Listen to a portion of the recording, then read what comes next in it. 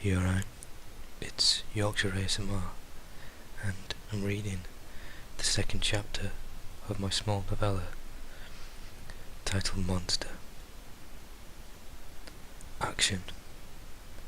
The whiz and pop of bullets hitting the dry brown walls and sand around Adam didn't faze him. His training had kicked in like a mental switch, and now he was barking orders calmly as the section under his command, the reserve fighting team during this assault, were providing limited support as they caught their breath. The other two sections of Adam's platoon were up ahead in the street, assaulting the compound that they'd been tasked with, the second offensive of the day. Get your breath back, lads. You're giving fire support in its compound. Check your weapons. Make sure they're clean. Get water on board. Today's fucking hot, and I don't want any of you mongs passing out, leaving me carrying your sorry ass back to base. You hear? Adam shouted from his kneeling position at the corner of a street. He looked around the building and could see two sections at the base of the hill, firing upwards at the slightly fortified building which rested on the peak. The loud crackle of the esteemed British rifles and their support gunners sent a tingle of strange pleasure down Adam's back. He was proud of his platoon, and proud of the work they were doing for Queen and country. He could see the section commander wave to him, notifying Adam that they needed more ammo. Adam pushed himself off the wall and got up, reached out for some magazines of his section, and ran in a crouch stance to two sections' bullet-hole-ridden wall, which served as cover between them and the hails of death they were trying to suppress. Adam handed the ammo without a word, pulled his rifle up to his shoulder, and aimed down his sight. At this point, he could see a target pop his head out from the flat roof of the building. Adam released a breath, and the world went momentarily quiet. Boom! The slight kickback from the rifle burst into his shoulder, but he managed to see the crimson signature that told him he was still the platoon's best shot. Nice! You're a machine, Sarge! Screamed a voice next to him. Adam, grinning, turned back into cover and looked at the speaker. It was a young, fresh-faced private by the name of Brown.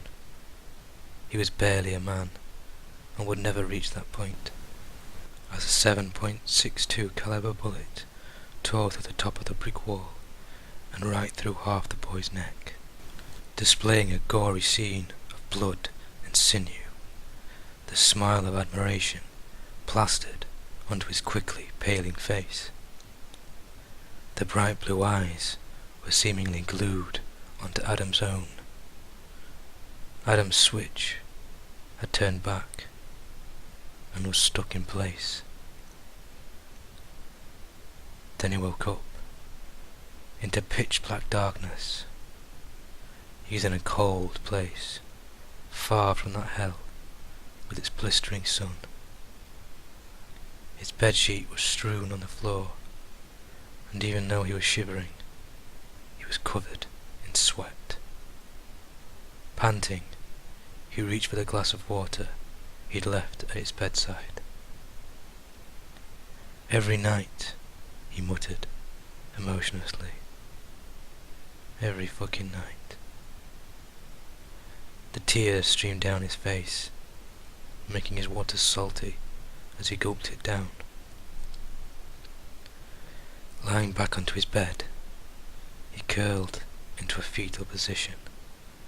His body shook as his sobs reverberated throughout him. Adam unconsciously wished he had control of his switch.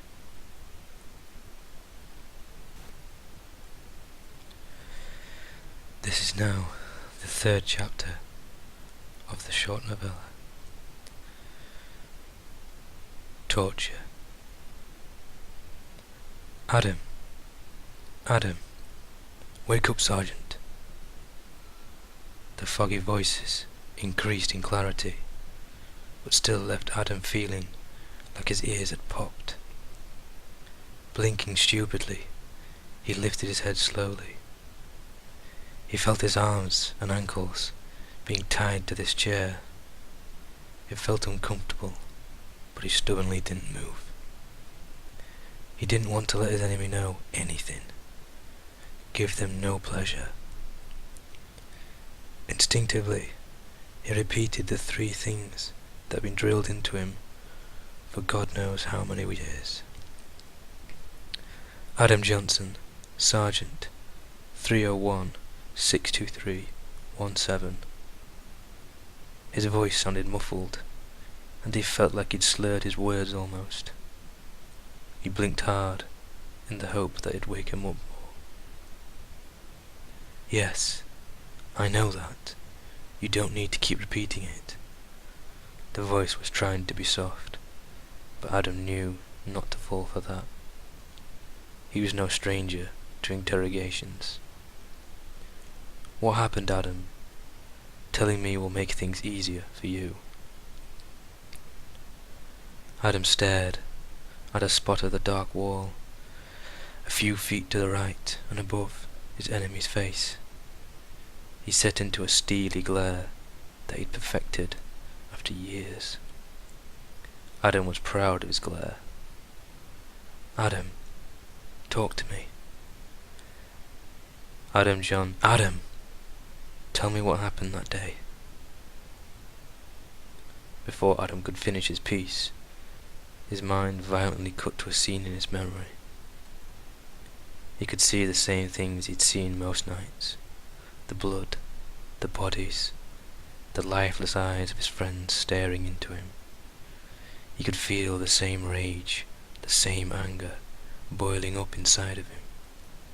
The feeling of the vibration on his shoulder as he let loose bursts of contained fury from the end of his rifle. Adam! The shout slowly brought him back. You keep staring off like that, Sergeant. I can tell it's a difficult subject for you, Adam, but you need to talk about it. Let it out. Adam finally let his glare land on his enemy. She shifted in her chair uncomfortably. Was it the drugs, Adam? I read. I managed to get a look at your classified file.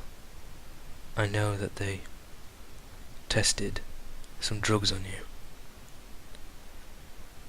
Adam thought he could feel the blood ebbing away weakly out of his body.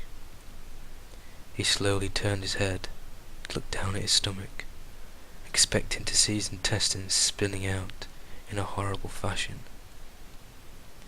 It wasn't so. Adam cleared his throat and croaked. I didn't know they were giving me anything. Adam felt the restraints on him fall, and he stood up. I expect you to see you next week, Adam, she said meekly.